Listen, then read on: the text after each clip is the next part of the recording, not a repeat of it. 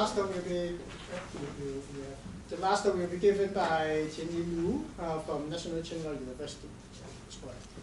Hi everyone, I'm Tianyin Wu, and my supervisor is also Tom.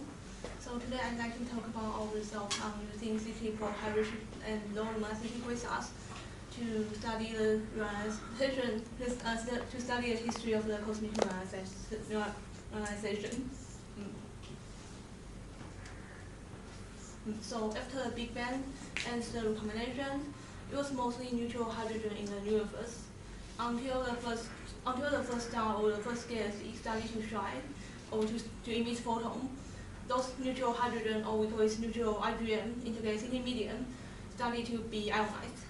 And in present universe, those IgM has become mostly ionized.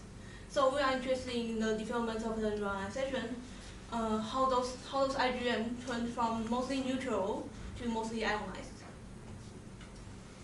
So observationally, the most direct way now is to look at the high redshift quasars. We use the high redshift quasar as the background light to plot the neutral fraction along a line of sight. And so you can see this is a quasars, and on the line of sight at high redshift region it is more neutral. So corresponds to the spectrum to the blue of the line alpha emission lines. You can see the transmission here is lower. The longer wavelength corresponds to high redshift. So we can measure the change of the neutral fraction of IgM by measure the change of the transmission with the redshift. And this is an example of the quasar spectrum. And here are low redshift and here are high redshift. So you can see from here it tells us that using a high redshift quasar spectrum, we can understand the neutral fraction of IgM as a high redshift universe. So in the past, people only discover higher luminosity quasars, which is around this region. They are at magnitude of -24 to -28, and it is around 200 quasars as this luminosity are discovered, but not all of them are analyzed. And in the past, we use these quasars to constrain the neutral fraction of IgM, but the number is still small. So now we have a low luminosity quasars from the ShowQ project, which is the Subaru high redshift exploration of low luminosity quasars project. So from this project, we have found 60 quasars at redshift 5.8 to redshift 6.9. And they are ranged from -21 to -26, the luminosity. So I'm going to use these ShowQ quasars to constrain the neutral fraction of IgM. So how do we measure the transmission in this region? We first need to know how the intrinsic spectrum looks like. A traditional way is to fix the power law continuum to this region, to the red part of the line alpha emission line. And then we extend it to this region, then measure it by dividing the observed flux by the intrinsic flux we fit.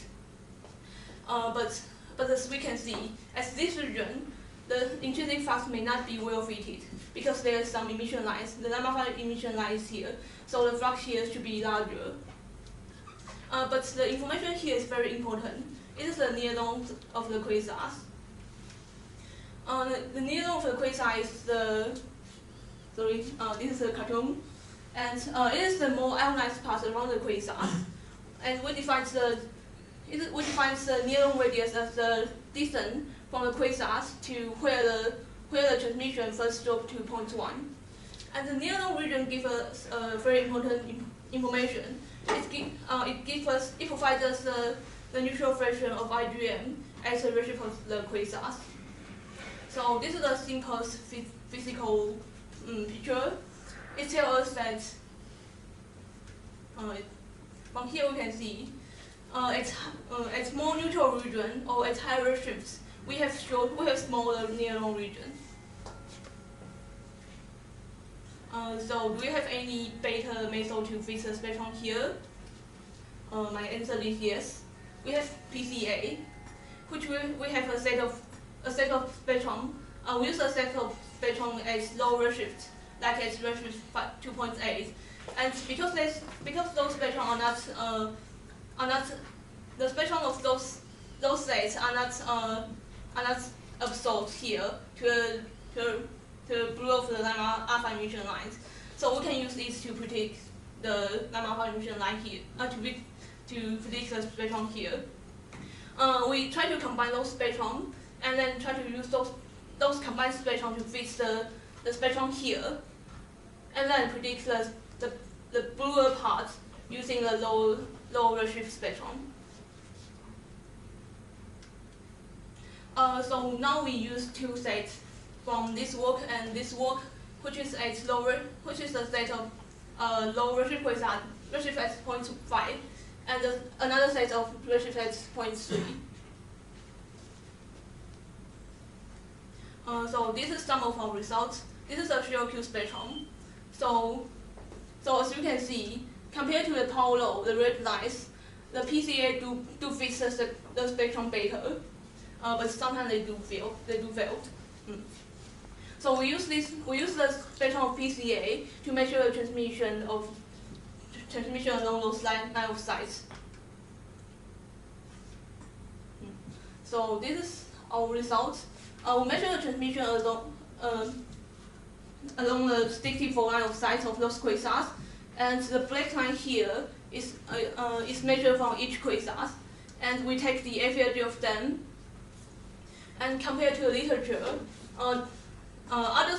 these other dots are from the constraint of higher luminosity quasars, and compared to them, our result is consistent with the result, which the transmission dropped to around 0 at redshift 6.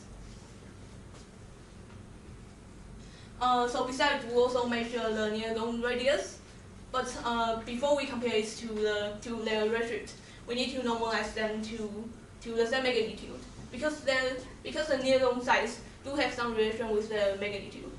So we normalize them to magnitude of -27, and then using this equation. And this is a normalized value of the near-long radius and their redshift. So we can see from our work, we do find that the near-long radius is smaller at higher redshift. This is a typo. So compared to other results, compared to this work, they also use a set of quasars at redshift around 5.5 to 6.4. So they found similar slope as us. But compared to this one, they use higher redshift quasars. Their redshift is around here. So you can see they do not find the same large slope as ours. So this tells us that we still need some more high redshift quasars from the shear Q to get a robust constraint. So to sum up, in our work we use the low luminosity quasars compared to the work from others. We use the quasars from shear Q, and we constrain the neutral fraction of IGM using a new method, the PCA, by using a PCA to fix the intrinsic sparks. And then we measure the transmission at redshift around 5.4 to redshift 6.8, which is the highest transmission region we have now. And we also measure the near-long size, and it follows similar trend as literature. So yes, so this is my work. And any question or comments?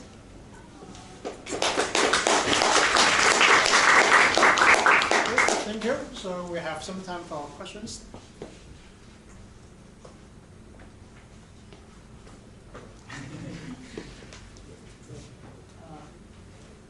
You mentioned that you need more quasars. So do you have any plan to extend more quasars? You said you need more quasars. So you need more quasars, right? So Yes. do you have a plan to extend your sample to more higher redshift or more data, like sample provision project? No. So course, this Cherokee project is ongoing, and then it's halfway. So the sample size will be at least doubled in the next few years. More questions? Can you elaborate a little bit more about what is the liaison radius? It is the more ionized part along the quasars, because the quasars ionize the surrounding IgM, and because let's say at the early universe, the environment of IgM, the neutral fraction at that age is different from now.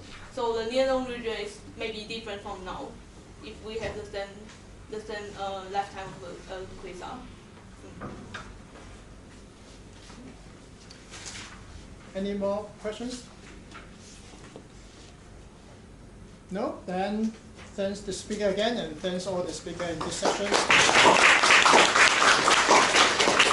So we are done, so you can